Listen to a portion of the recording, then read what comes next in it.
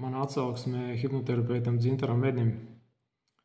Griezos pie Dzintara par palīdzību jautājumā par ģimeni, par attiecībām ģimenē savā. Un biju pārsteigts par Dzintara meistarību,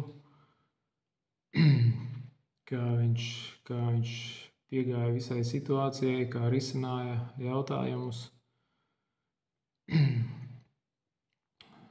Nebaidījās eksperimentēt un meklēja visādus pieejas ceļus, kā piekļūt, atrast problēmas sakni. Un jāsaprot, ka tas ir appusējs darbs. Jā, Dzintars viens to 100% nevar visu atrisināt. Tas